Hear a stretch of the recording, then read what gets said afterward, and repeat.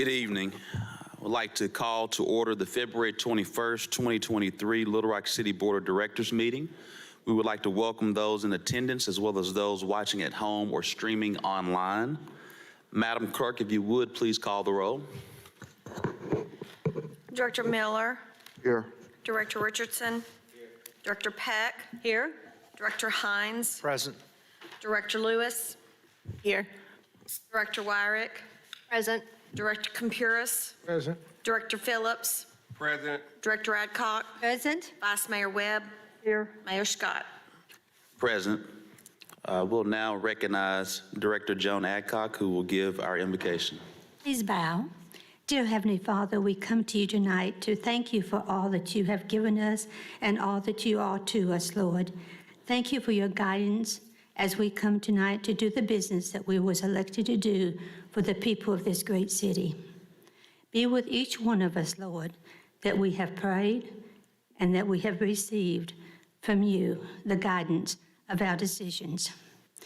Be with us, Lord, as we go to our homes, and be with our staff, our city employees, and those who serve us. Thank you, Lord, for each and every one of them and their families. Be, Lord, very close to our fire and our police officers. Guide them every day and every step of the way. We ask you now, Lord, to be with us as we do the business for all the people of this city. Amen. Amen. May you please stand for the Pledge of Allegiance. I pledge allegiance to the flag of the United States of America and to the republic for which it stands, one nation, under God, indivisible, with liberty and justice for all.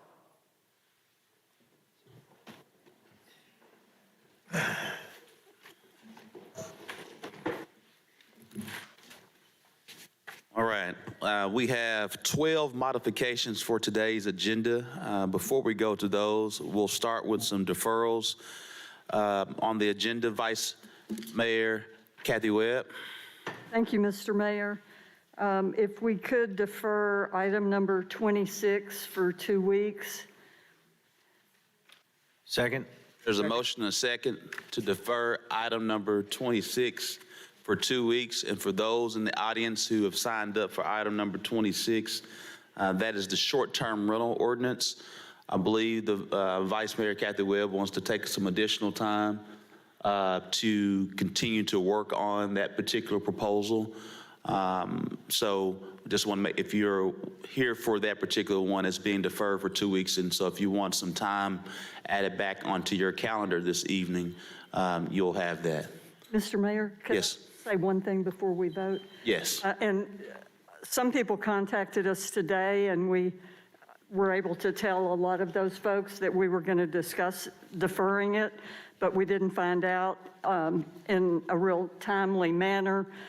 The Senate voted today, the Senate Committee on City, County, and Local Affairs voted on this today.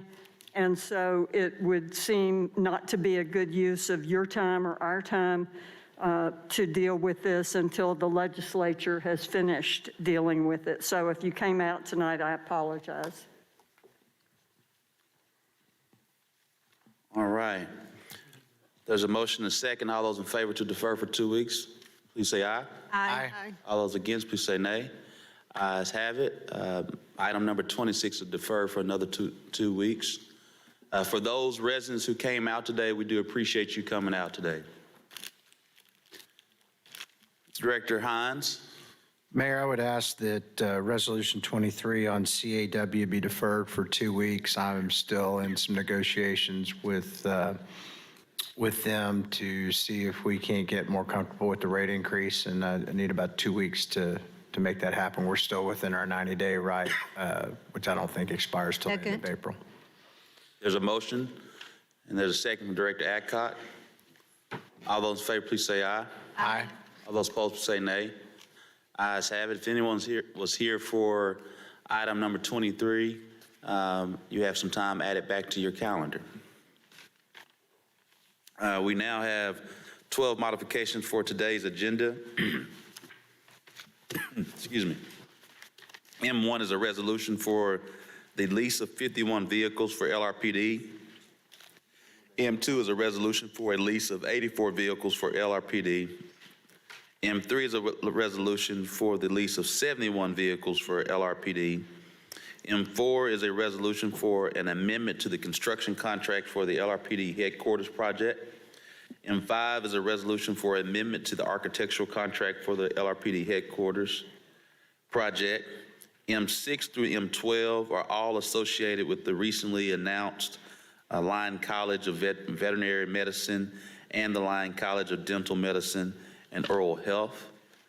Is there a motion? So move. Is there a second? Second? All those in favor, please say aye. Aye. One question, Mayor. On the leasing of those vehicles, Bruce, at some point in time, we've talked, or at least I know I've talked to the tune of a broken record by saying this repeatedly. Have we adopted a take-home car policy that will impact the wear and tear of our police and fire vehicles that I think I brought this up when Chief Thomas was still a police chief, and Director Richardson, you actually brought it up at the most recent budget meeting, and it should be, we're in the final stages of the one that you were very instrumental in this last September. And so Fleet and LRPD have been working diligently to get it, and I believe they're in the final stages, so you should have something within the next month, if not sooner. so the lease of these vehicles take in consideration that conversation that we had and that proposal and that approach with respect to the wear and tear of our vehicles. I know we can quantify the use of take-home car vehicles by gas usage and what we spend on fuel, but the ability to quantify wear and tear and maintenance and vehicle replacement. So if I'm hearing you correctly, this takes that in consideration. Yes, sir. Thank you, sir. And thank you for your work on it, Director Richardson. I have a question on that same thing. Yes, ma'am. I apologize for interrupting you. No, you're fine. So these leased vehicles that we're talking about, the 51 vehicles and 84 vehicles, are these going to be fully equipped police cars? Or are these going for sergeants, lieutenants, captains, whatever? We'll allow our fleet director, Director Hinton, to answer that. Mr. Mayor, Mr. Manager, Board of Directors. These vehicles are vehicles that are already leased. These are renewals for those. We have to get a renewal every year. But this is for basically command staff. This is not, the 51 are patrol cars, but all the rest of them are for command staff. So the 51 will be fully set out for police officers, all the equipment and bells Yes, and ma'am. whistles? They're already in use. Those are already in use, and yes, ma'am, they're used in patrol. I was a little bit confused because we had a discussion during the budget hearing, and I'd heard that the leased vehicles were for the lieutenants, sergeants, et cetera, as the ones that were leased, but you're actually saying tonight that some of those leased vehicles we'd already done were for the patrol. 51 of them are. Okay, Yes, okay. ma'am. Thank you for that clarification. You're welcome. I appreciate it. All those in favor, please say aye.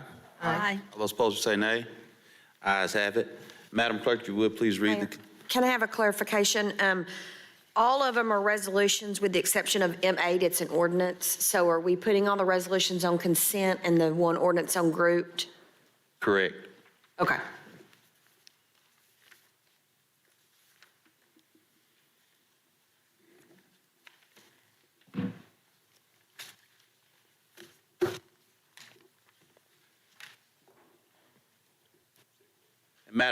Madam Clerk. Ready. I mean, we can, I don't see there is a reason why we shouldn't put M8 on consent. It's an ordinance. Oh, that's the reason. I'll put it on, we'll read it with a grouped. Thank you. Okay. The consent. Apologies. Huh? Is My apologies. Oh, no worries. The consent agenda consists of a motion to accept the overall city goals and objectives, a resolution to certify local government endorsement of Natural State Concrete Supply Company to participate in the Arkansas Tax Facts Program as authorized by Arkansas Code Section 15-4-2706 of the Consolidated Incentive Act of 2003, and for the purposes, a resolution to authorize the city manager to enter into a contract with Friday Eldridge and Clark in an amount not to exceed $75,000 to provide legal counsel to represent the city before the Civil Service Commission, and for other purposes, a resolution authorizes the city manager to enter into a contract with Goodyear Tires and Looney's Tire Center Incorporated for an annual purchase amount not to exceed $900,000 for the purchase of commercial tires for the Fleet Services Department, and for the purposes, a resolution authorizes the mayor to enter into a contract with Dale McGinnis for the purchase of approximately 3.19 acres located at 3405 and 3511 West Roosevelt Road to develop a micro-home village and emergency shelter, and for other purposes, funding from the American Rescue Plan Act. A resolution authorized the city manager to execute an amendment to the construction management services agreement with East Harding Incorporated to approve the guaranteed maximum price of $436,779.50 for the Willie L. Hinton Neighborhood Resource Center Rehabilitation Project to reflect waterproofing and masonry restoration, and for the purposes, a resolution to authorize the city manager to enter into a construction services contract with Joint Construction Company Incorporated in amount not to exceed $1,193,000 to develop the intake addition at the Little Rock Animal Village, and for other purposes, a portion of the funding from the 3/8 capital improvement sales tax. A resolution authorized the mayor to enter into a contract with Jack Tyler Family LLC for the purchase of approximately 117 acres of land for use by the Little Rock Port Authority for economic prospect recruitment, and for the purposes, a resolution to amend Little Rock, Arkansas Resolution 14,916 of December the 18th, 2018, to edit page 1, line 21, to reflect that at the end of the lease with Enterprise FM, the city will not own the vehicles, and for the purposes, a resolution to amend Little Rock, Arkansas Resolution number 15,044 of August the 20th, 2019, to edit page 1, line 26, to reflect that at the end of the lease with Enterprise FM, the city will not own the vehicles, and for the purposes. A resolution to extend the Heights Temporary Entertainment District for 5 days on February 25th, 2023, March 16th, 2023, April 1st, 2023, April 20th, 2023, and May 5th, 2023, and for the purposes, a resolution to extend the 3rd Street Temporary Entertainment District for approximately 13 consecutive weeks, starting on February 22nd, 2023, and ending on May 22nd, 2023, and for the purposes, a resolution to set March 7th as the date of public hearing on the request to abandon the 10-foot wide alley right-of-way located within Block 16, Gibraltar Heights, in the city of Little Rock, Arkansas, the block bounded by Atkins Road in the 700 block to the east, and 3 undeveloped rights-of-way to the north, south, and west, and for other purposes, a resolution to set March 7th, 2023 as the date of public hearing on the request to abandon the 20-foot wide alleyway located within Block 176, original city of Little Rock, Arkansas, the block bounded by West 7th Street, West 8th Street, State Street, and South Gaines Street, and for the purposes, a resolution to express the willingness of the city of Little Rock, Arkansas to participate in a cost-sharing agreement with Village at BC LLC in the amount not to exceed $900,000 for improvements to Colonel Glenn Plaza Drive and Top Golf Way, and for other purposes, funding from the 3/8 capital improvement sales tax.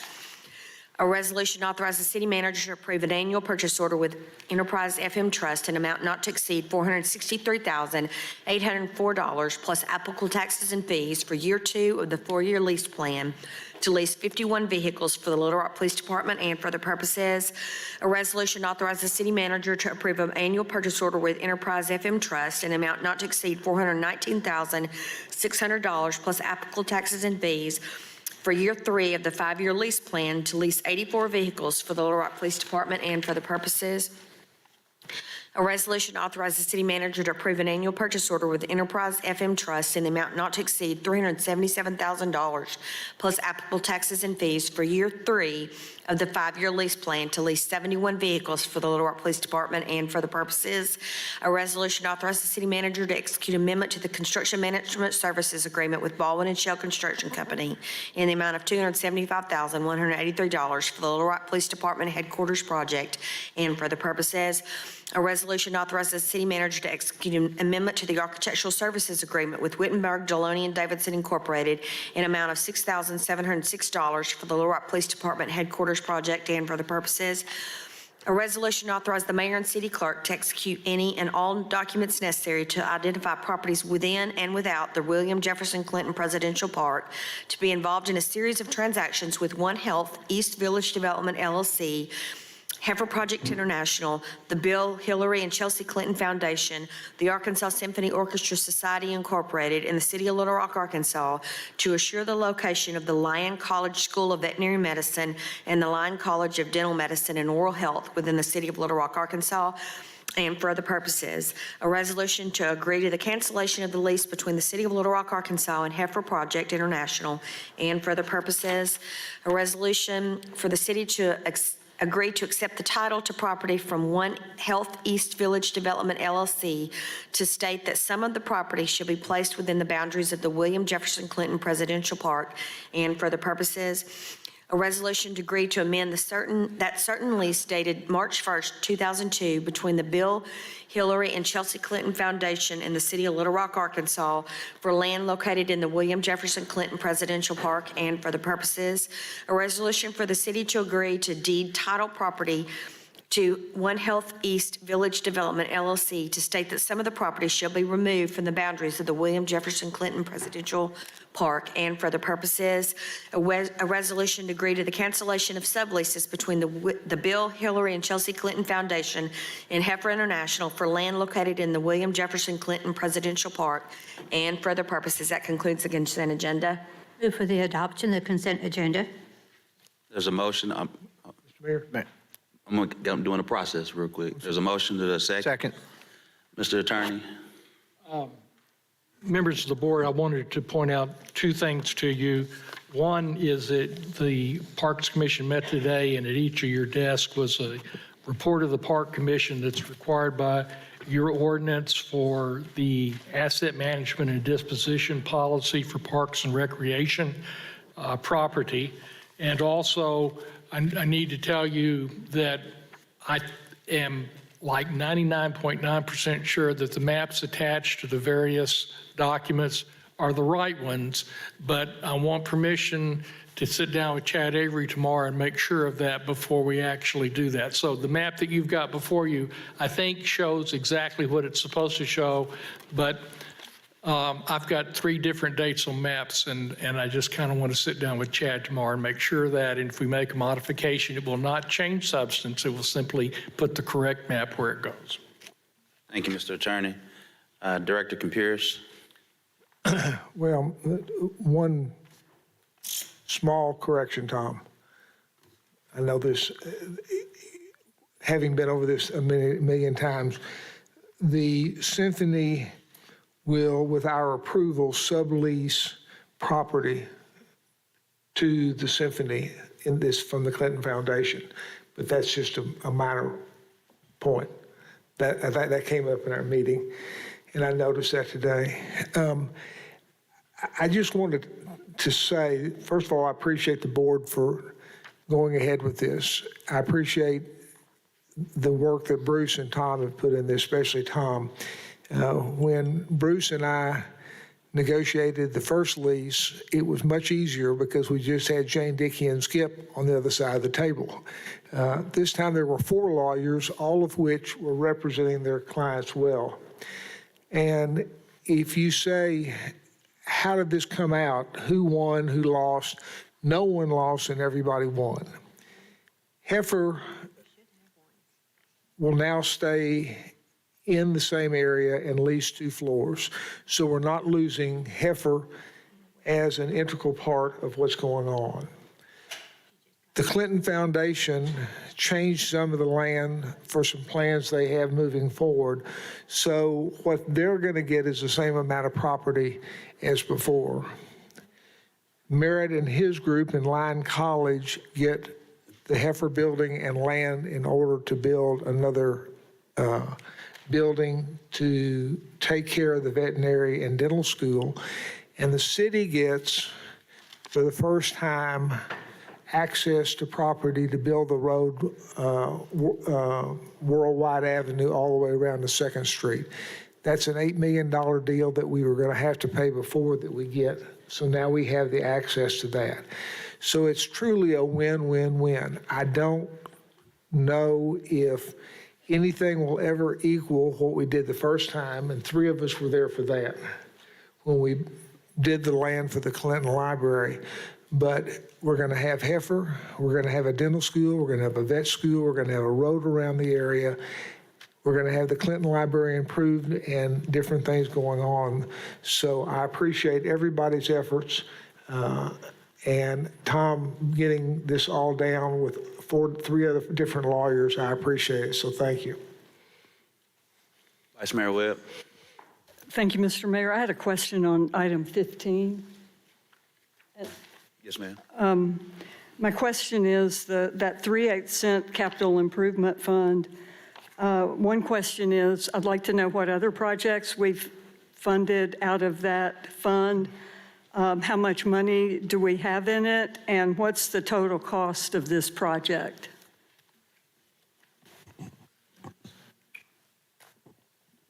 Jay is here as well. No?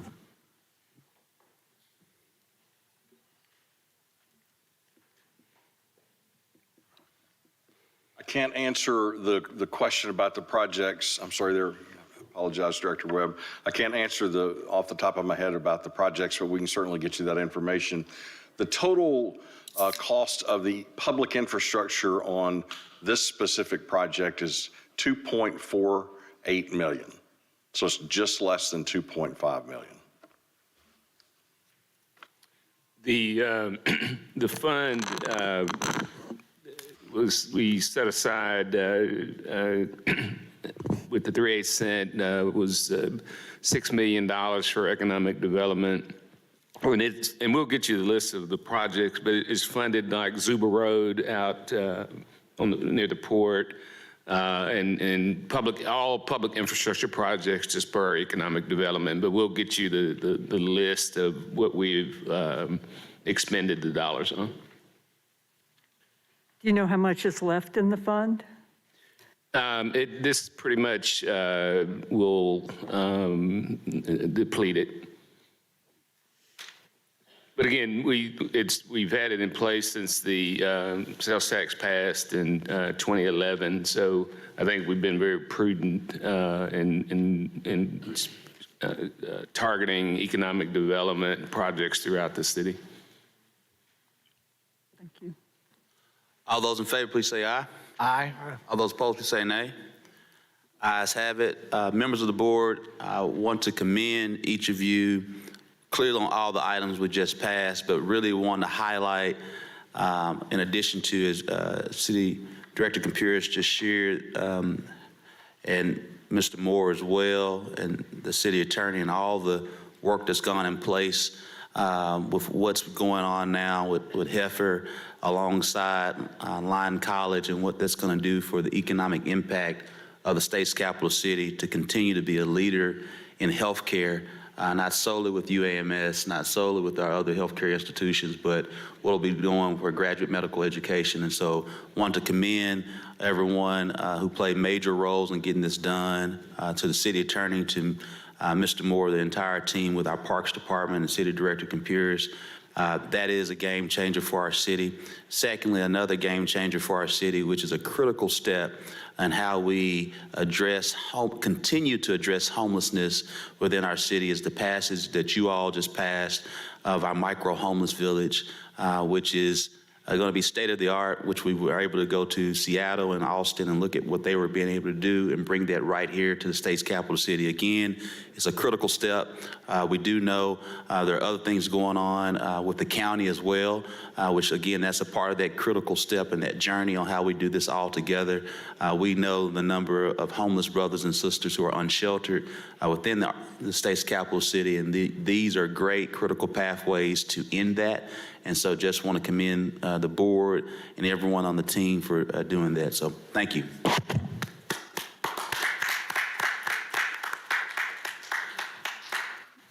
Madam Clerk, you would please read item 8. You're going to go with item 8 first, or then you go to 16? Doesn't matter. Grouped items. Okay.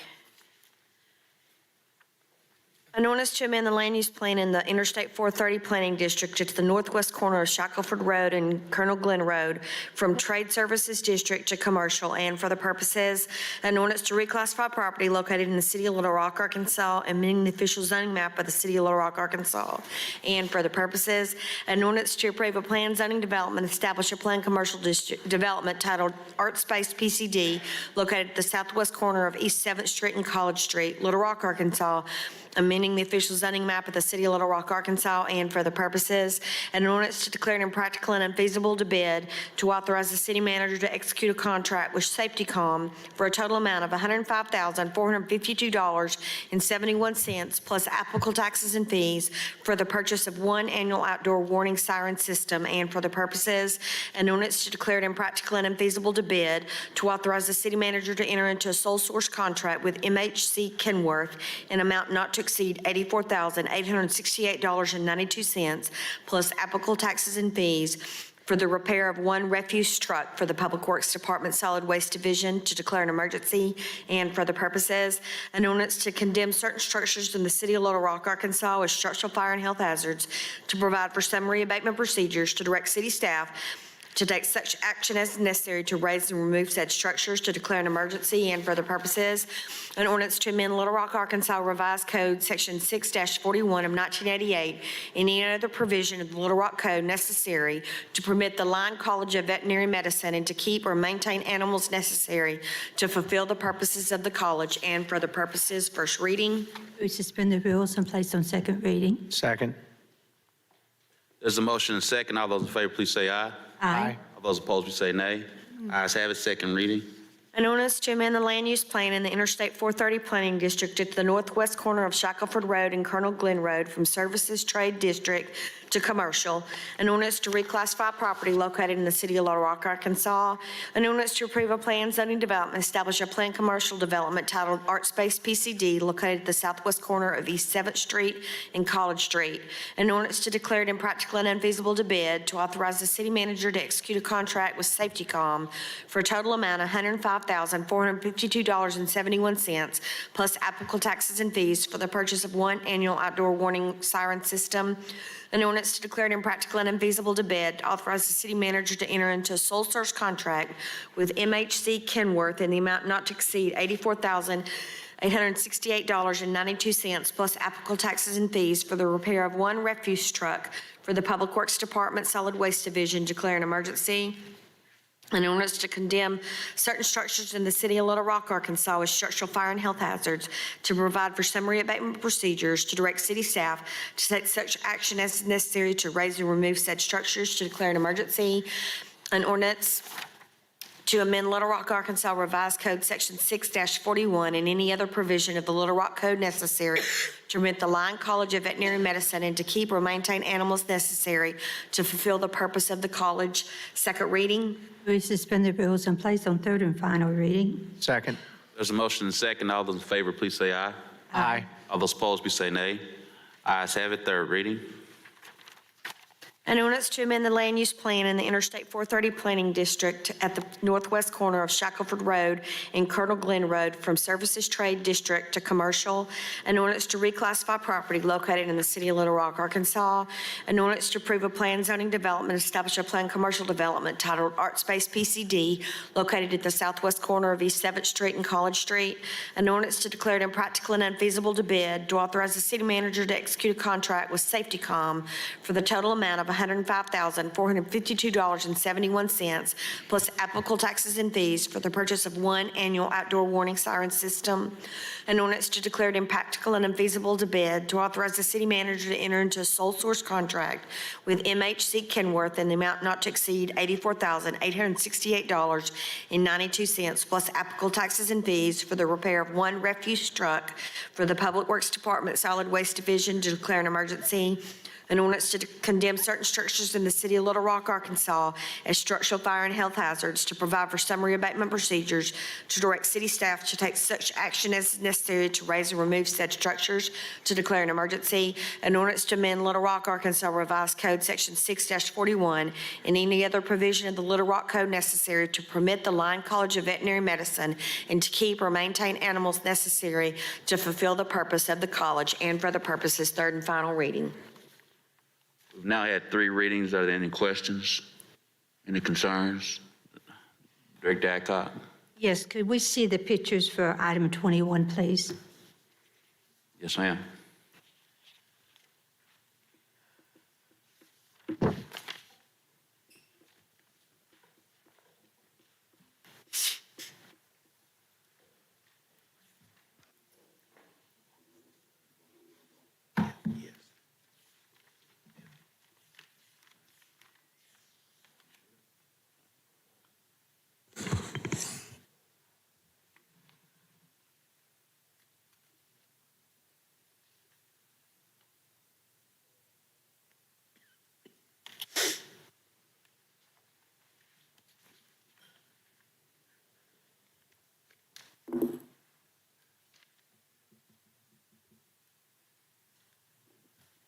All right. All those in We favor, also please. know the total cost of this. The total cost? Mr. Moore? The total cost of the demolitions? Yes.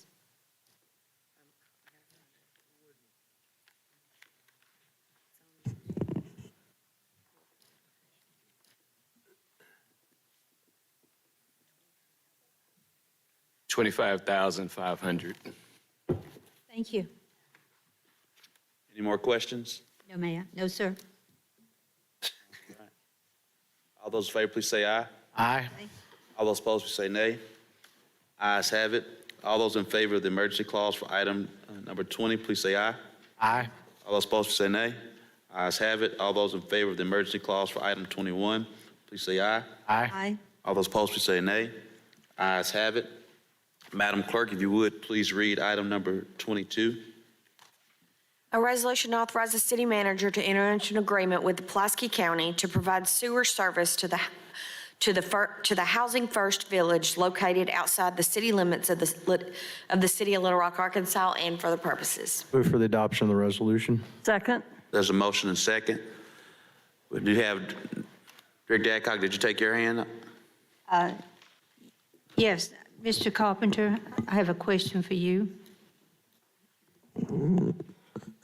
I believe this is the first time that I've seen us have an agreement for our city sewer outside the city limits of Little Rock. Is that correct? No. Y'all agreed long ago to allow Alexander to do certain things in order to keep them from building a sewer pond, I think is what it was called. So you have done it before. When did we do that, please? I think that was around 1997 or 98. But since, You have denied it before. I mean, Chartwell Valley requested sewer services and y'all denied it for them. And they challenged us in court and our authority to deny was upheld. okay, thank you. Director Wyrick? I just want to follow up on Joan's question. I think when this first came before us a number of months ago, I asked the question as to why we were providing sewer without annexation, and does this set a precedence for any developer in Pulaski County to be able to connect to our sewer without annexation? And Mr. Carpenter, can you answer or give me assurance that this is not setting a precedence for private development to extend sewer into Pulaski County without annexation? Director Wire, I can tell you that state statute says that the extraterritorial extension of a utility, which would include wastewater services, is a decision for the governing body of the municipality, the city, this board of directors. Can I assure that the fact we may approve one, if that's what happens in a few minutes, won't mean somebody else will say, you did them, you've got to do me? No, because that's what happened when we had Chartwell Valley. They tried to use the fact that we had extended sewer services, I think it was for some industries, meaning that we had to do it, and the district court, the federal district court refused any relief, and the Arkansas Supreme Court said they were wrong. So, no, I don't think so. Now, if you start doing it all the time and then suddenly just deny one person and there's no rational basis between why you've granted it and why you've denied it, there may be some problems. But the fact that there's this one done is not going to be determinative of any actions before the board in the future. Well, I was told several months ago that this was appropriate to do, and it did not set a precedence because this was a governmental entity that we were providing sewer from. I think that came from Mr. Moore. So that was a concern that I had. Is that not a true statement? It's a true statement, and it's a good statement, and it would be one that I would use to distinguish this from somebody wanting to build a housing subdivision and saying, well, you did it here, why won't you do it for me? Well, because you're not a governmental entity, end of sentence. Well, that was the reason it was told to me initially. Mr. Moore, you want to say something, or no? I mean, I believe that is my comment when that question came up. I do think that's what separates this from any other application. Okay. So do we have any cards to speak about this application? No, ma'am, we don't have anything against or for it, but we do know Judge Hyde is here if needed. But there's nothing for or against it. Okay. I wonder if I could ask Judge Hyde a question. Excuse me? I would like to ask Judge Hyde a question. Judge, would you entertain her question? Director Wyrick's question, rather. For those in the audience, this is Pulaski County Judge Barry Hyde. Good evening, Mayor and Directors. Dr. Wyrick, your Yes. question, please. I have a couple of questions.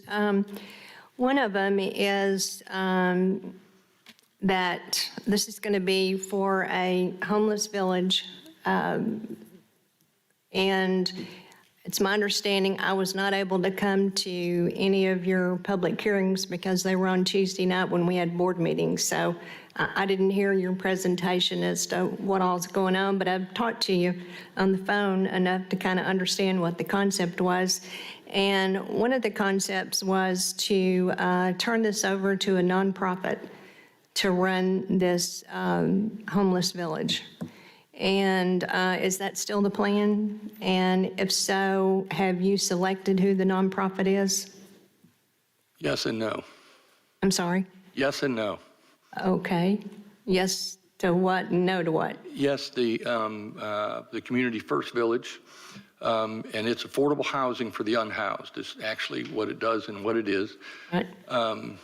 And at the appropriate time, once we've gotten our documents honed to the point that we're satisfied and our procurement folks are satisfied, we will advertise for proposals from nonprofits to continue the operation and caretaking of this facility. It'll be on a lease basis, probably for 29 years. That's still being discussed by the legal team at Pulaski County. So initially, the county's going to open it up and run it and then No. turn it over to a nonprofit? Now, the county's going to begin development. And really, all I'm here for tonight is to ask for the city, my partner, the county's partner in many, many projects, for permission to tap on to the city sewer, which is adjacent to the property line. That's really all I'm here for tonight. Well, there's more to the story than that. So that's the reason why it depends on whether I vote yes or no to provide this. And that's the reason why I wanted to ask the question. It was provided to us before, just a little red line on a piece of paper saying you wanted to extend sewer. And I realized what was happening there. So I think the whole story needs to be told in order that we know what we're providing sewer to. As you probably, when you went to the meetings, you found out there were a number of folks in Saline County, Pulaski County, City of Little Rock that had some serious questions and are still not satisfied with their answers from that development that's going in. And I represent some of those people, so I feel compelled to get the rest of the story as we're going through this approval process. So you're going to turn it over to a nonprofit, but you've not started that, or you don't have it ready yet? No, ma'am, we're waiting on permission to tie onto the sewer so we can complete design of this facility, and we'll progress, as these things are done, as in steps, we'll progress to that point where we've identified all the items, all the requirements that will be required of the not-for-profit in that lease for operation. Okay, so I'm a little premature in asking questions. As I told you when we spoke a couple of months ago in detail about this project, the project is a model after the successful Community First Village in Austin, Texas, in operation over 10 years, has grown to 500 homes, and we are modeling them tightly. I'm not sure I can say they're mentoring us, but they sure are teaching us and spending a lot of time with us. Yeah. So we don't want to invent a new wheel. We're going to do exactly what they've done in Austin that's been very successful, where they're located in the county but on the city line, and they enjoy support and a very strong relationship with the neighbors, the community, and the city. And I've heard about them, and Kathy Webb, who I know has been involved in this, has talked about that village that's down there and how successful it is. But that's the reason I'm asking the question about the nonprofit. If they were coming to this location, that would be perfect because I think they know what they're doing and how to run it. So that's the reason for the question that I've asked, is to make sure that we have the right individuals that are involved in it, and it is successful because it's on the tail end of Pulaski County, Saline County, and City of Little Rock. And, some of the services that those people would love and desire are not there. And so they're seeing this as something that's not as a need of development as what they'd like to see. So anyway, that's all my questions. And I understand what you're doing. You're trying to get sewer there, and that the rest of your plan is probably dependent on that. So I appreciate your answers. Thank you. Thank you very much. Thank you, Mr. Mayor. Thank you, directors. Thanks so much, Judge Hyde. Director Adcock, your hand. I have a question, Mr. Carpenter. Mr. Carpenter, the people that live in the area around this village believes that when we do this sewer for the village, that it also will include them being able to hook onto the sewer. Is that correct? No, ma'am. The ordinance speaks only in terms of being able to serve the Housing First Village, so it doesn't extend it any further than that. So this just provides a sewer for the village and not for the adjoining neighborhood? Yes, ma'am, that's right. Okay, thank you. All those in favor, please say aye.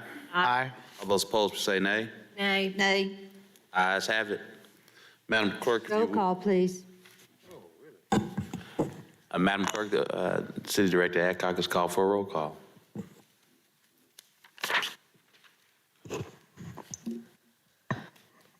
Director Miller, Aye.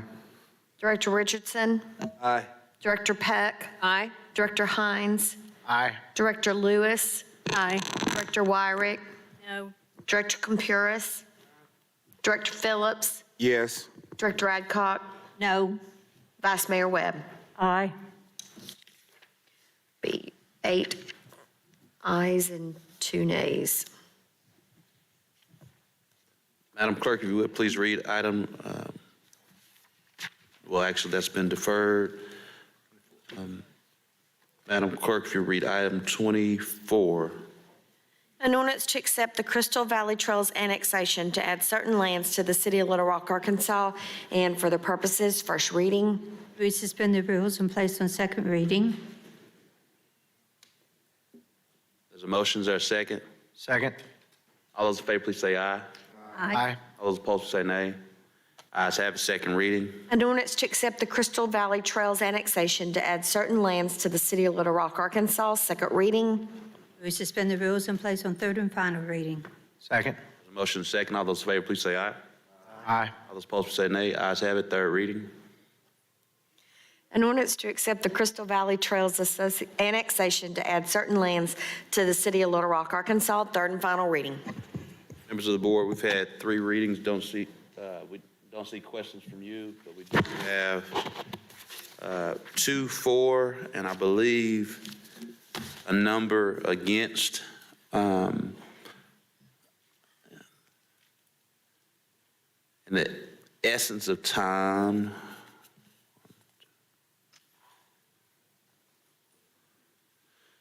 Vice Mayor, if you'll indulge and help us keep the clock to maintain the time of no more than 20 minutes. Mayor, Mr. Charles Gladwell, we'll get through them all. Mr. Charles Gladwell.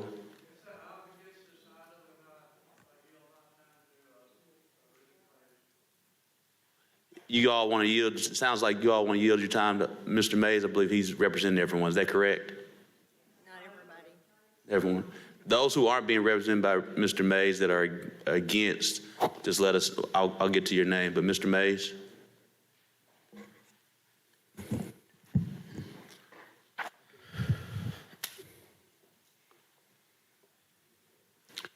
And those who aren't being represented by Mr. Mays that are against, if you guys will just come over here so I'll find your names. Thank you, Mr. Mayor and members of the board. I appreciate the opportunity to be here and to discuss this important matter. I have a strong feeling that the city of Little Rock is about to make a big mistake if it approves this annexation and if this development is constructed. I represent the Plantation Acres Homeowners Association, the Crystal Valley Property Owners Association, and the Sienna Lake Property Owners Association. Those are all representative of property owners who live almost surrounding the property that is proposed to be annexed. And we have a number of major objections to it. The first one, which is pretty elementary, is that there is no corporation or limited liability company by the name of Crystal Valley Trails LLC that is recognized or filed in the Office of the Secretary of State. If you go to the Secretary of State's website and type that in to search for that LLC, you will not find it. And I called the Secretary of State's office today to confirm that it is not a legal entity. So they have no standing here to ask for the annexation. The documents that were filed before the Planning Commission indicate that the owner is the Crystal Valley Trails LLC. That's in the notice of public hearing before the Planning Commission that was issued in 2021.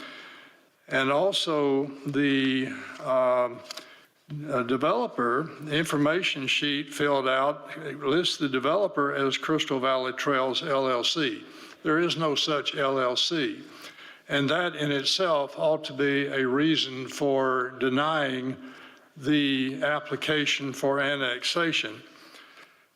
The second reason is that in the appearance before the Planning Commission in August of 2021, when the Planning Commission approved this subdivision, the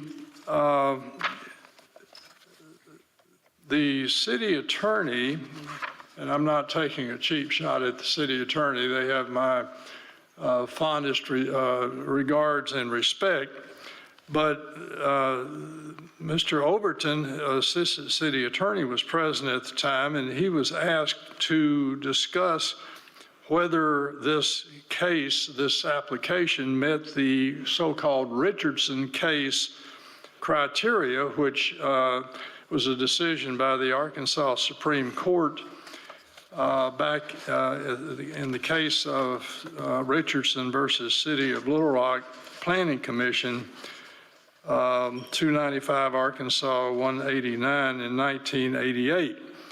The Arkansas Supreme Court held in that case that when a subdivision ordinance specifies minimum standards to which a preliminary plat must conform, it is arbitrary as a matter of law to deny approval of a plat that meets those standards. The decision did not say that the Planning Commission could not examine the application, could not ask questions about it, could not go behind the application to determine the veracity of the facts contained in the application. It simply said that where they do meet all of the requirements, that it would be error to turn it down. But instead of going into the application and allowing the Planning Commission to ask questions, the city attorney simply said because the planning staff had found it to be adequate, you couldn't deny it at all. There was no reason to question it. That's not what the Supreme Court said. The Supreme Court said that where after the investigation and after inquiry, if it meets all the requirements, then you can't deny it. But it didn't say the Planning Commission could not delve into the facts and the background and the effect of the proposed subdivision on the surrounding area and on the city. If the city attorney's interpretation was correct, you might as well get rid of the Planning Commission and let the staff make all the decisions. That would be a disaster. So you've got two reasons why this annexation of this particular piece of property should be denied. Another reason is, and it gets more into the facts of the Planning Commission's bailiwick, but this subdivision has 168 acres, not all of which is buildable. Some of it is probably about a third of it, or somewhere in that neighborhood, 75% may be buildable, but they're proposing to put 551 lots at a minimum in this area. And according to the Planning Commission staff, the more likely figure is that over time they will build up to 1,000 houses in this subdivision. That is an extremely high density. And what you're looking for, these are minimum houses. The lot sizes are 50 feet wide and 120 feet deep. Those are minimum standards for houses. The houses are going to be very small. They're going to be inexpensive. They're going to be close together. What you're going to wind up having there is a ghetto. And while I'm in favor of inexpensive housing for young people and for people who don't have a lot of money, I do not favor, and I don't think anybody on this board favors, the deliberate construction of what would turn out to be or likely to be a ghetto. So I highly urge you to reject the annexation and to send this back to the Planning Commission for further review and further study. I'll be happy to answer any questions you might have if you have any. I have one real brief answer. Define ghetto to me. You said that the last couple of times. What is a ghetto? Well, it's an area that, in my opinion, has a lot of a very small area where you have a lot of people crowded into it. And I don't mean it in the sense that that it has any negative impact, but what you're asking for here is a very, very close contact with a whole lot of people in there that creates problems because of that.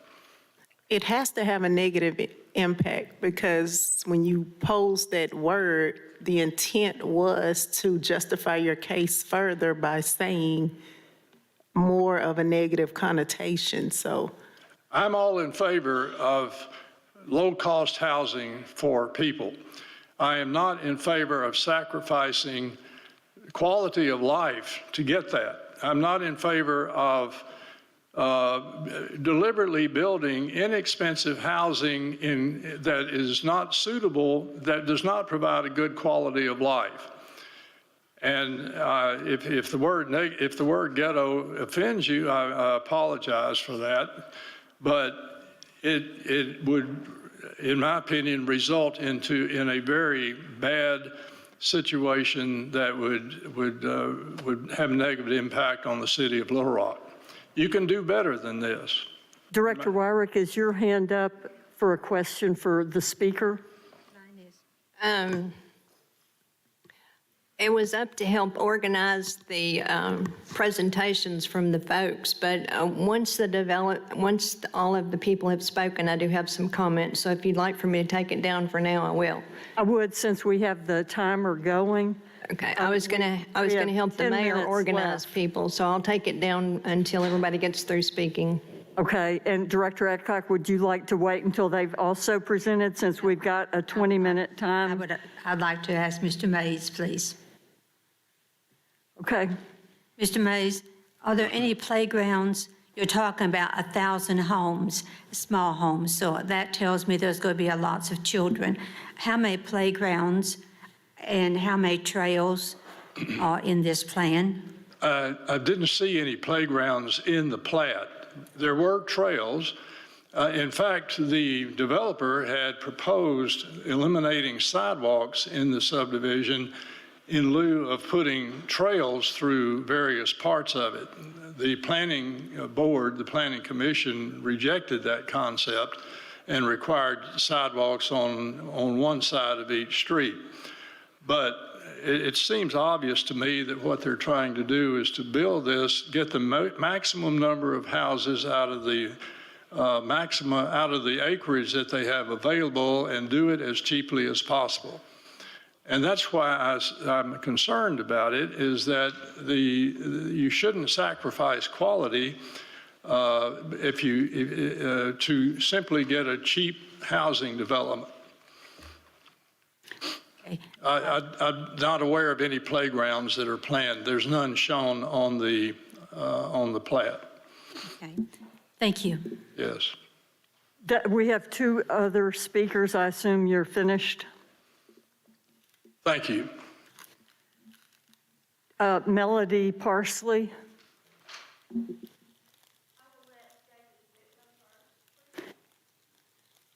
David Witt. Yes, ma'am. Thank you so much, Mr. Mayor and Board of Directors. We appreciate this opportunity. I'm David Whitty. I'm the president of the Plantation Acres Homeowners Association, which is one of three that border this proposal, and one of three that are all here tonight. A majority of this room is filled with folks that are against this proposal. We are not against development. We are actually in favor of that. However, as Mr. Mays pointed out, this development has so many issues and so many problems that we were able to get 98% of our residents to fill out a petition Anything that you can get 98% of people to agree on nowadays is amazing. And 96% of Sienna Lakes, one of the other neighborhoods that border this property, that all agree that this proposal has so many problems and is so bad for the livelihood of residents that surround this property that we have issues that we need to bring to your attention. And you should have a couple of PowerPoint slides in front of you. Were those handed out? So the first one tells you the names of our associations. The second one tells you about the 98% and 96% of folks surrounding this that are against the development. The third one is a plot map that shows the land that is being proposed tonight to be annexed into the city of Little Rock. What we want you to be aware of is this. This land, if added to the city of Little Rock, will be an island in the middle of Pulaski County. There is literally only 656 feet that border the city of Little Rock. So what is being proposed here is an urban development, a dense development, right in the middle of rural county, Pulaski County. They barely meet the legal requirement to even annex this into the city, and there will be no homes even close to that annexation part that connects to the city, as that's forest too. If you would go to the next slide, is another map that shows you what is being proposed to be built right next to our neighborhoods that surround it. This will affect the livelihood of every single resident that lives around this neighborhood. And part of Little Rock City Code is to ensure that when a development like this comes into the city of Little Rock, that it does not affect the home values of the surrounding properties. That is literally in Little Rock City Code that we took out. This will drastically affect our neighborhoods. Packing that many homes into a small area with no recreational outlets for children, we're talking 500, 600 children or more that will be in this area. No fences built around any of these properties. The developer has said they will not do any fences. That will be up to the homeowners. It's a disaster waiting to happen. The next slide is dealing with density and some of the issues that we wanted to address. Mr. May has already talked about what the developer says will be 3.5 units per acre, but given the hilly terrain and the part that they cannot build on, we're looking at almost 6.5 units an acre, right next to properties that are 3 to 5 acres in size. I moved out to this area as a combat veteran because I wanted my family to have a community, which is what we have, where it was rural, where we had trees, where we had properties of people that wanted to live in an area like this. This is proposing to be an urban city development in the middle of the county. Another issue is on the eastern border of this development. They're proposing to build an entire street of homes nearly under high voltage power lines. We all know from the studies that have been conducted over the years that this is a major issue for cancer, and we are concerned about those individuals too that will be living in those houses. Finally, my last point before I hand it over to Melody to discuss some of the issues with flooding and traffic. Given the number of legal problems that Mr. May has identified and the number of issues that we have brought to your attention, we have simply been asking the developer all along to sit down with us and to discuss how we can make this community reflect our community. He's coming into our community and trying to change it into something that it is not. We have not opposed development. We have only asked for a chance to sit down and let's make this something that reflects the community that we live in. Thank you. Ms. Parsley? Yes, I would like to refer you to the next photo in the PowerPoint. This is the FEMA National Flood Hazard Map. It's updated 2020. It is the most current map available to both FEMA, Pulaski County Flood Manager, as well as the City of Little Rock. You'll notice in the brightly colored map, Crystal Valley Road runs east and west on your map. The Haw Creek is the red striped area, which is the creek bed. The blue area represents the 1% annual flooding designation, or the floodplain of the area. You'll notice on the northern edge of this color, the line is directly across Crystal Valley Road, extends barely into the proposed development area. The line stops here, which according to FEMA, Pulaski County, and the City of Little Rock, no study has been done north of this line. That is why the line and the floodplain stops at that point.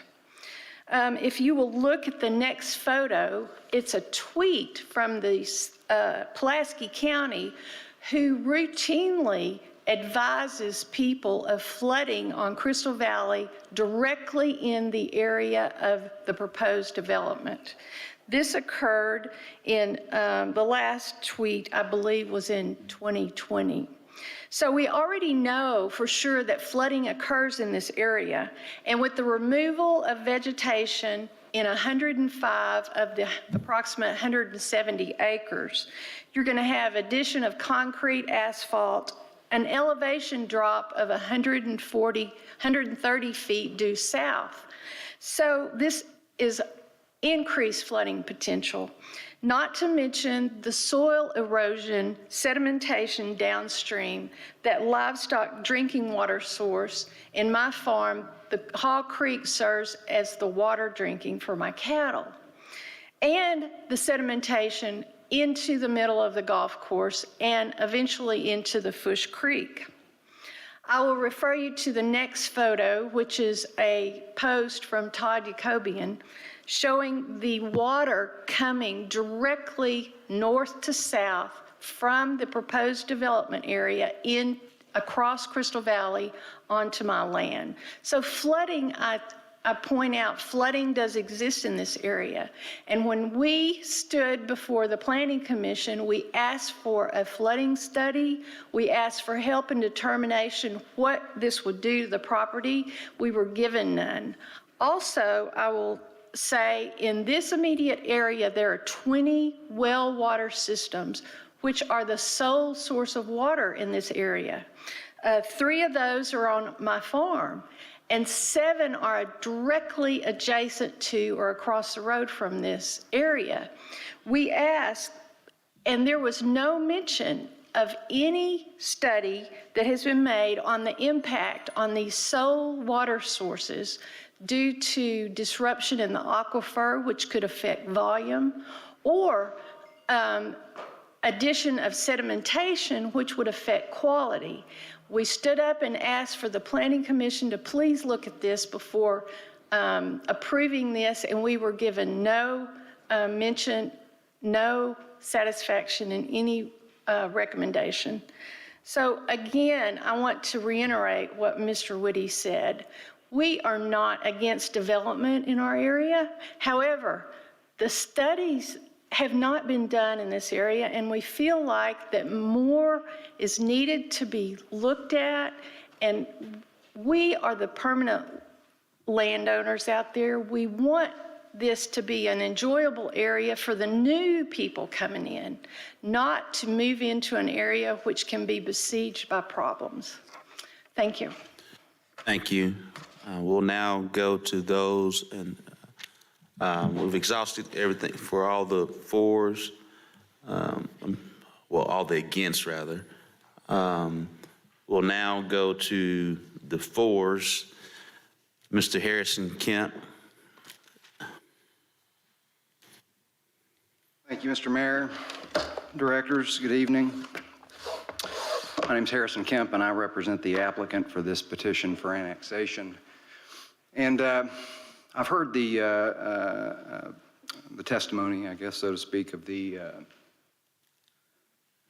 don't know if that's telling me to bring it to a close or not, but the testimony of the objectors, and I can characterize the substance of their objections as being primarily about the density of and the design elements of a plat that was approved by this city's Planning Commission in August of 2021.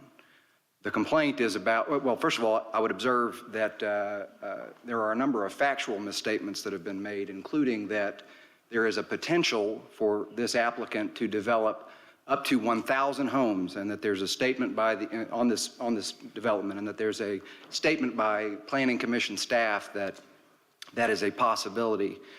That is a possibility based on the application of the density requirements in this city's subdivision ordinance and the restriction on the number of houses or the number of houses that can be placed per acre, not on the plat that was proposed and approved by this city's Planning Commission.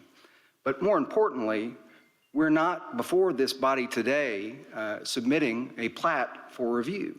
This is a petition for annexation that is brought to the board by the 100% owner, who is asking that the city incorporate into itself the land that the city already governs.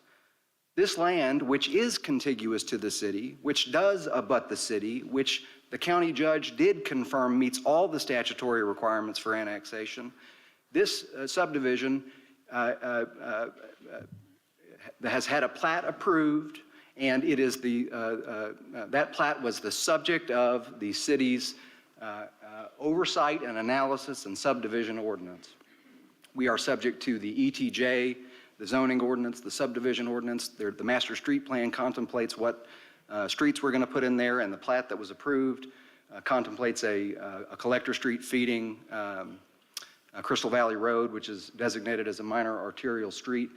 The city already governs this subdivision, and we are asking that the owner of that land be allowed to bring that property into the city as he is permitted to do.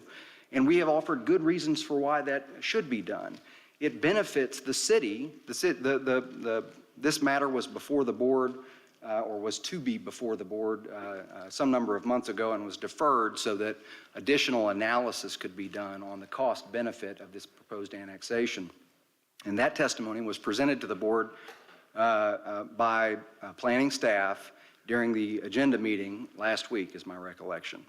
And the analysis reflected that within the second year of development, there would be a net benefit to the city in terms of gross revenue from taxes as contrasted against the cost to the city for having the annexation.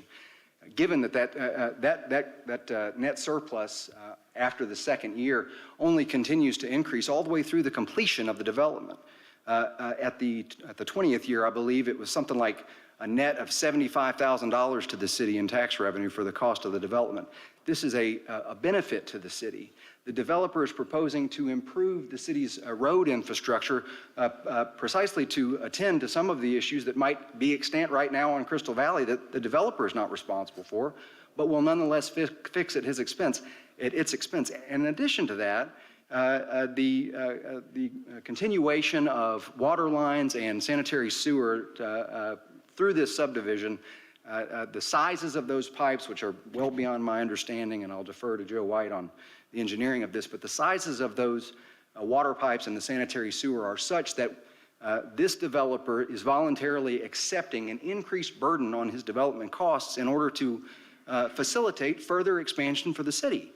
A 12-inch water line is going to improve existing service to Sienna Valley, and it's going to service additional subdivisions and additional development as the city continues its progress westward. I hear the objectors telling you that they do not want you to upset their way of life. They refer to themselves as they call it our community, and they talk about turning it into a ghetto and manufacturing inexpensive homes. I will submit to you that I understand their anxiety. They live there, that's their property, and they want their property to be protected. They want their investment to be protected. But they do not get to use that concern as a shield to prevent somebody else from doing what, by any other measure, is going to be good for the city. Their concerns, while understandable, are not reasonable.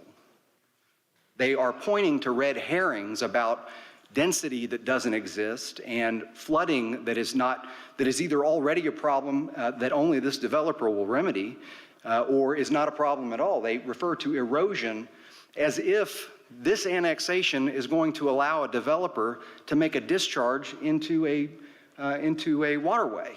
And of course it does not. These are red herrings designed to inflame the passions of the board to keep you from being reasonable.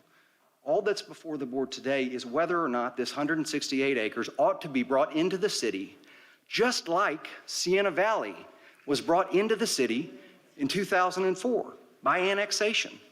And the suggestion that this annexation creates an island is simply factually untrue. It does not. It meets the requirements. There are no enclaves. The county judge's order confirms that fact. We would ask that the board approve the annexation, trust the Planning Commission's determination that this development is one that benefits the city, and trust staff's assessment of the cost and benefits of the development. Let this go through. Let us prove to the objectors that they don't have anything to be worried about. And I'm happy to take any questions. Mr. Joe Wyatt.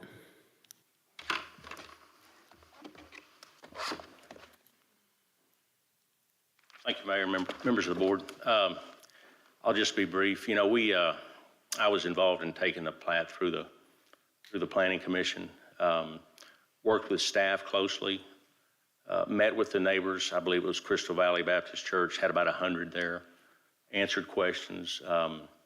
One of the interesting things was Mr. Whitty, who was speaking against us. He asked us to increase a buffer on the west side of this so that he would have a better buffer. I can't ever remember in 30 years doing that between two residential subdivisions, but we did. And of course, he's still here to oppose us, so that was a first for me. You know, we worked closely with the staff, worked with the Planning Commission. Mr. Tom Brock put that meeting together for us so we could talk to the neighbors. Density, this is not dense. We have 170 acres and 40% of the acreage is green space. We're not doing that anywhere else in town. The homes are clustered, but I was asked at the Planning Commission, where else in town are you doing this? And it was an easy answer. Chenal Valley. Chenal Downs is right next to Fletcher Ridge, and it's exactly the same thing. 50-foot lots against 5-acre homes, and it's great. So I'd answer any questions that you have. Thank you so much. Director Webb. And Mr. Mayor, I apologize, but Director Wyrick had her hand up earlier, and I didn't know if she got her question, and that's my fault. Thank you. Director Wyrick. Thank you. I just wanted to follow up from the neighborhood aspect. I have been talking with these people for over a year now about their concerns with this development going in. They're concerned about the density. You know, they'll talk about you got 167 acres or 170 acres, and staff will tell you that that's 3.5 houses per acre, when in reality, they're going to put all those homes on about 67 acres. And it's almost 7 houses per acre. So density is a concern for this area. The other thing that I want to talk about is you had a slide that showed this blue-looking water that went through the middle of it. That is from a floodway study that was done by the City of Little Rock a few years ago. And the reason it stops at Crystal Valley is because we didn't pay for a flood study in the Pulaski County. We only paid for a flood study for City of Little Rock. And that flood study shows that this is the floodway, floodplain that starts just north of Crystal Valley, which is that sort of gray area that goes through there. So we don't know if that's in a floodway, floodplain or not, because it's never been studied. In the Planning Commission meeting, it was brought up, and of course the Richardson thing was thrown out there, and they said that this is like the Richardson case, so there's no debate. So it really did not get the justice that it was needed. There are two detention ponds that are planned for this property, one on the east side, one on the west side, and all the water that comes down off this hill, and I forgot how many feet Melanie said it drops down, but all the water from this 167 acres is supposed to funnel through this subdivision and go into those detention ponds. Well, a detention pond is set up to catch water for the moment, and then it releases the water out. It's nowhere for it to go. These are open ditches east and west of where these detention ponds are. So you're funneling all that water down to those two detention ponds and then pushing them out on Crystal Valley. Where today they kind of run willy-nilly through the property, and in a high rain event, it creates a flood. This way, we're creating water coming to two locations. They've got to be funneled to those two locations and then dumping them into open ditches that will flood Crystal Valley. The blue side of that is a golf course, and this water goes into the golf course. It goes into a couple of lakes or ponds that are used in a golf course, so it's not an issue for that area. The other thing I'd like to say is that I asked for an impact study because I think I've said numerous times this is on the tail end of City of Little Rock and Pulaski County. You heard Melanie talk about they still have well water there. They don't have water. It's not been supplied to them. They still use well water. This is rural America that we're talking about. I asked for an impact study so that we would know the value of this development to the City of Little Rock. And it was passed out last week. And they said that there was a profit in 2 years. Yeah, it was $1,350 is what the profit was, net profit. In 19 years, the net profit is $66,646.74. That's based on what the staff has said. What can we do with $66,000? We can't even start improving Crystal Valley. Crystal Valley is a long, winding road. There were no traffic studies done. There was not a study to say, okay, when we get to a certain period of time, that escalates the improvement for Crystal Valley. We all know how hard it is to get infrastructure dollars. I don't have enough money for the streets that I need to improve, widen, expand in Ward 7, and this will be a major undertaking to do that. So 66,000 won't go to that. The other thing I asked, and there were no traffic studies that were done. I might have mentioned that. I apologize if I said it twice. The other thing that I asked questions about was, okay, what about sewer and what about water? With this development, is that going to escalate the need to add additional water, additional sewer to this area? And the staff said, well, that's the city water, or that's the city sewer. Well, we as taxpayers all pay for that. So there are a lot of things that are of concern. Minor arterial, I think, is 5 lanes. So we're talking about the possible escalation of having to add 5 lanes from Stagecoach Road to this development. It already is a heavily traveled road. It's very curvy, it's very winding, it's dangerous. It's a 2-lane road at this point. So I am not in support of this number of units going into this property. If it was less units, and I think the neighborhoods would go along with it, if it was less units in this area, they would welcome a development. But 551 lots to 1,000 lots, that's escalating all sorts of issues: quality of life, travel, crime, fire protection, to the tail end of our boundary. And I think when we look at annexation, we need to look at these things. And I brought up the other night that when we were looking at all the annexation out west, we would have the water company and the sewer company say, okay, no impact, no impact. And we all know that there was a huge impact. We had to spend a lot of money for sewer, water, infrastructure, all those kinds of things out there. So I would ask that the board take these things into consideration when you're looking at this annexation. Quality of life, of course, is very important. But the economic impact to our city, I think, is great. And there's a lot of things that we don't know. So I would ask that you not approve this annexation. Director Hines.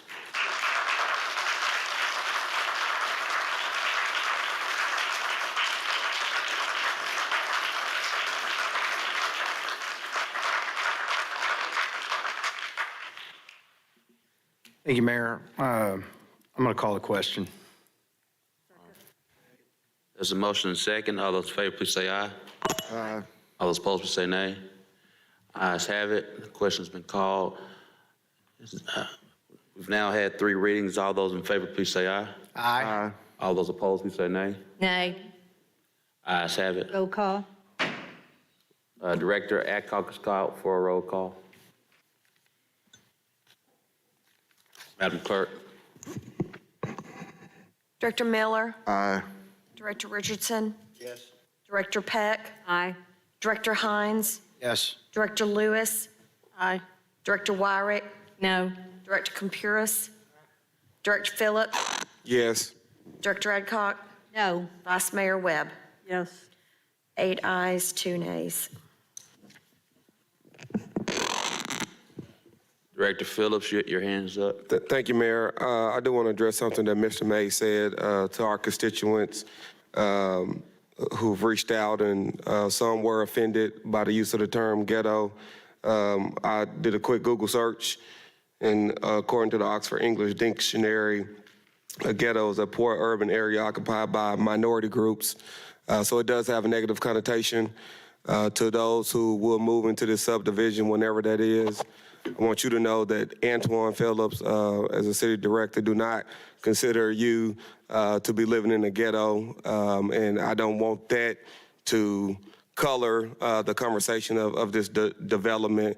So to anyone who's watching who was offended by that, I apologize. To those moving into this area who's already been characterized as a ghetto, I apologize to you, but I do not see it that way, and I felt necessary to make that statement, Mayor, because I've received text messages from our constituents who were offended by the use of that term in describing a development with single-family homes for people to start their lives and their families in. Thank you, Mayor. Can I say something? Director Wire. Director Phillips, I don't think you heard me say ghetto. No, I I don't was think you referring heard me to. imply ghetto at all. I only represented the number of homes and the density and the potential issues for the city that would be impacted by this development being at the end of our city limits boundary. So I want everyone to know, I didn't use that word and I don't feel that way.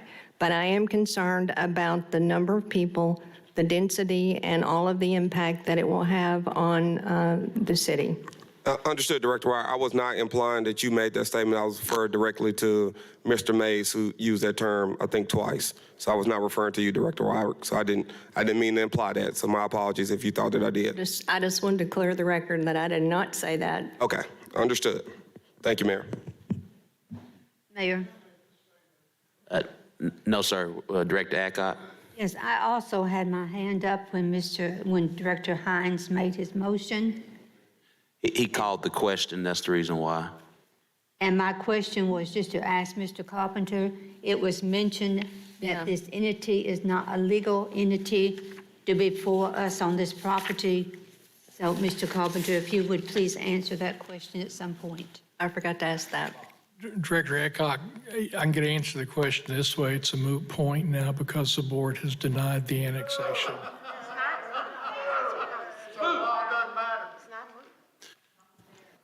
Well, Everyone, let's please maintain decorum, everyone. but would it have been a valid issue prior to the vote? Because you're our attorney and you're the one that's supposed to monitor those legal type situations. Director Warwick, the planning staff is the group that looks to assure and I'm not blaming the planning staff, they will look to assure that when a matter comes before them, that it is made by the owner of the property or someone who has the authority to speak for the owner of the property. I know that there are probably an infinitude of corporations and associations and limited liability corporations that exist and are not filed with the Secretary of State. That doesn't mean they're illegal. I would tell you, ask your planning director what they looked at. But I would also tell you, the annexation has been defeated, and so the issue is moot. Tom, we approved it. Approved. We've already voted. It was approved. Oh, that's right, the annexation. Oh, well. All right, now we'll carry on. Madam Clerk, if you read item. Mayor, and I've just been handed a certificate in good standing of Crystal Valley LLC that's got the Secretary John Thurston's deal that was filed on February 28th of 2022. And I'll present that to the record to be filed. No, sir. Madam Clerk, if you'll read item number 25. An ordinance to approve a plan zoning development, establish a plan development commercial titled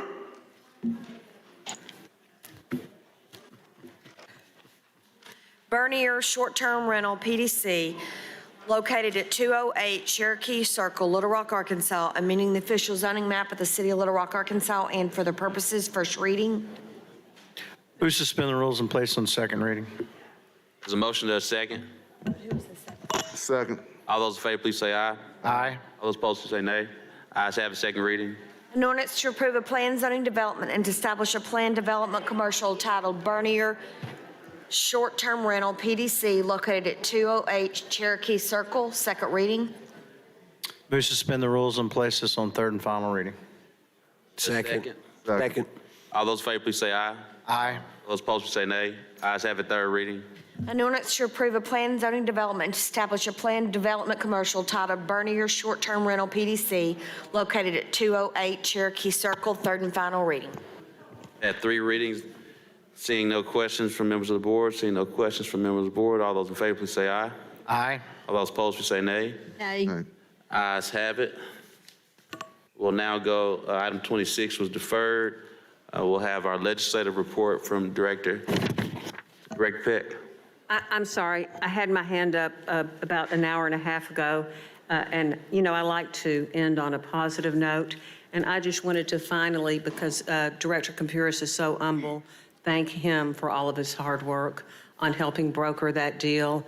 Bruce, Tom, there were a lot of people at the table, but Dean, I don't think this could have happened without you, and it's not just the economic impact, it's the fact that we're going to have some young people that are living in our city and shopping in our stores and eating our restaurants and hopefully becoming permanent residents. It's going to be huge for East Village. It's going to be huge for the whole city. And Dean, you're just too humble. So thank you.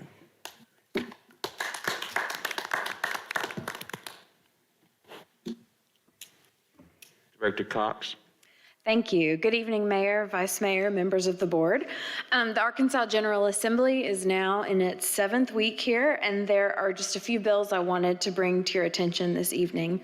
The first one is House Bill 1207 by Representative Underwood. It's the fast track permit bill that we've talked about a couple of times, and it was amended significantly today, so we are reviewing that. And I also understand that the State Association of Planners is working with the Municipal League and the bill sponsor to potentially amend it further. So I wanted to share that.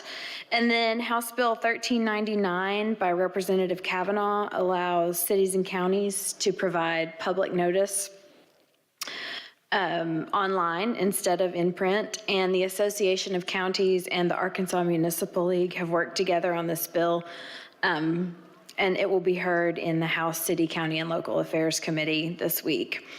Next is House Bill 1469 by Representative Wing, and it is about municipal elections, and it was filed yesterday. And the bill comes from, I believe, the State Election Commission and the County Clerks Association. And the goal here is just to create uniformity for dates and required forms that are submitted across the various forms of local government. So I just wanted to share that background information on that bill in case it was brought up to you in separate conversations. And then lastly, you all have heard about, or Vice Mayor Webb mentioned Senate Bill 197, the short-term rental preemption bill. And it has been amended, and it's still, not good for local control. And it did pass out of the committee this morning, and I believe it's on the Senate calendar for tomorrow. So, and obviously there are lots of bills that we could discuss, but those are the ones that I wanted to bring to you tonight, and I'm happy to take any questions on those or other bills. I have a question, Mayor. Director Phillips. Thank you, Director Cox. As it relates to the municipal elections bill, did I hear you correctly that no matter the form, there's a lot of forms of government, and they're trying to unify? Across city administrator, city manager, mayor, council, there are various dates for the different types of government, and that the bill is really just an attempt at uniformity. For like filing deadline dates? Yes. What Yes. dates? Yes. Okay, filing Yes. deadlines. Yes. Okay, understood. Thank you. That's all I have. Thank you, Director Cox. Director Wyatt. I had a question about 1399 and the online publications. Are we talking about, for instance, zoning notifications? What sort of publications are we talking about for that? Public notices that were required, that typically we would do a print ad or the like. This would allow us to post it online instead of in print media. Do we think that's a good thing? The cities and county associations do think it's a good thing. Yeah, and do they specify what online publications that would? Yes, the bill is quite exhaustive and it gives all the different types, yes. Okay. I'd be happy to provide you with it. Not like Nextdoor or something like that, some official online publication, well, that is official, but something, what would be an example of an online publication? So. Be specific to Little Rock and what we're doing. So something that we would publish would be notice of a bid opportunity. And we would put an ad out because we're required to provide public notice in a publication that circulates. And so this would allow us instead to post to a website that anyone could access. And what website would that be? What media would we use? I will have to get you the exact detail on that. I mean, it's not, there's not a web address listed in the bill itself. Okay. But I'll get that to you. Thank you. Okay, thank you. Mm-hmm. Thank you. Now move to citizens' communication. Ms. Patty Booker.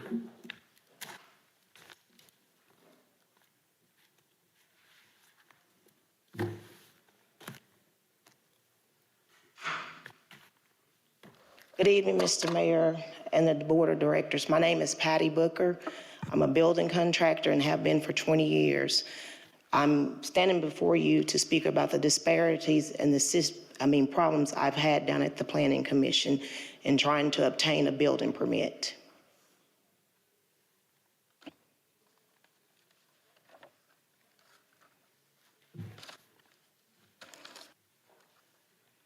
I came in the latter part of October to obtain a building permit from the City of Little Rock to construct a single-family resident home on Canis Oaks Village Drive.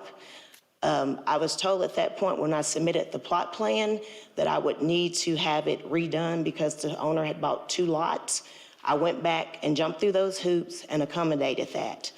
Since then, I have been back down to the Planning Commission to obtain my building permit. And at this time, I was denied because there was a discrepancy with the floor plan and the plot plan. I requested a copy of rules and regulations as to what I was being cited for to support the deficiency, and to this day, I have not received anything to support that.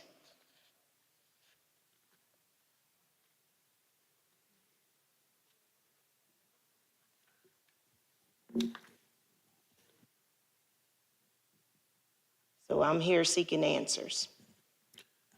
Ma'am, during citizen communications, we listen. We don't provide, it's not like a Q&A, but what I will do is I've taken a photo of your name. We'll make sure we follow up with you tomorrow. Yes, sir. I've been down to your office as well as the Planning Commission. I reached out to the city attorney's office this morning to file a FOIA complaint, which I plan on doing on tomorrow, because the problem is that we're not utilizing rules and regulations as we should when it comes to making decisions based upon what is submitted for residential contractors to obtain building permits. And that's a problem. Thank you for sharing. This is the first time I'm aware of it, but thank you for sharing. We'll follow up. Thank you. Thank you so much. Mr. Clarence Elliott.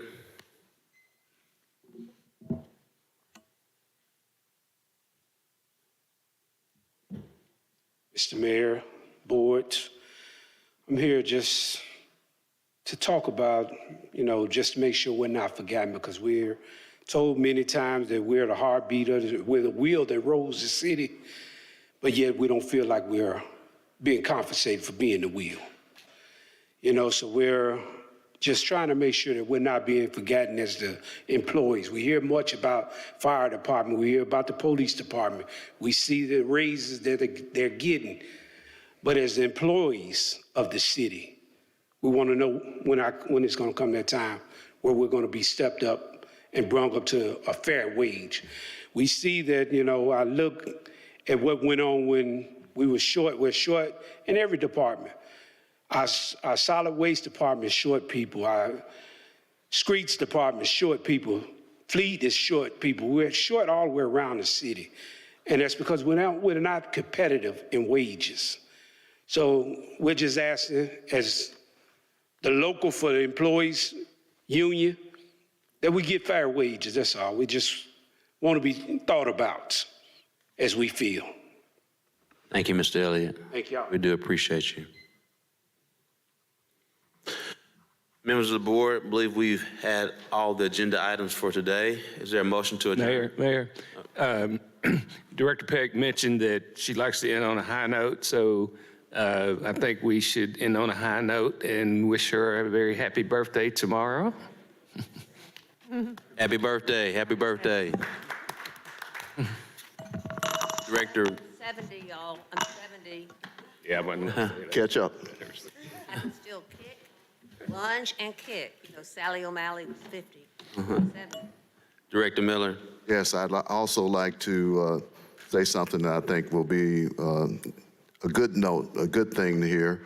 I'd like to recognize Director Lewis and First Security Bank for applying for a Federal Home Loan Bank grant that will bring $50,000 to the city for people to repair their homes, qualifying people. Something that we at Arvest Bank have been working with the city for years. And with Director Lewis's leadership, we were able to get the city the maximum amount that they could get with 2 of these grants. So it's $100,000 for people to help repair their homes. And I just wanted to acknowledge that, thank her for her work on that. And Thank you as well. thanks, Mayor. All right. Thank you, thank you, thank you. All those in favor, please say aye. Aye. All those opposed, say nay. Ayes have it. Meeting adjourned.